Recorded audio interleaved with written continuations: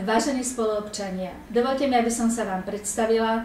Volám sa Helena Psotová a uchádzam sa o vašu dôveru v nadchádzajúcich voľbách ako kandidátka na poslankyňu za okres Šala. Ponúkam svoje skúsenosti, ponúkam svoju odbornosť. Poznám prácu v samospráve, pretože už niekoľko rokov pôsobím ako poslankyňa mesta Šala.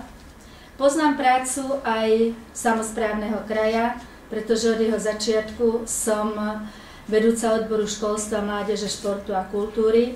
Podielam sa na príprave všetkých materiálov odborných, ktoré idú do komisií, do rady zastupiteľstva Nitrianskeho samosprávneho kraja. Podielam sa na príprave materiálov, ktoré idú do odborných útvarov zastupiteľstva Nitrianskeho samosprávneho kraja. Takisto na príprave strategických materiálov, na pripomienkovanie legislatívnych návrhov, ktoré odchádzajú do Národnej rady v oblasti kultúry a školstva. Viem, že to nie je práca ľahká a že vyžaduje plné nasadenie. Chcela by som však z tej druhej strany ako poslanec hlasom rozhodujúcim spolu rozhodovať o veciach, ktoré môžu zmeniť ráz samosprávneho kraja.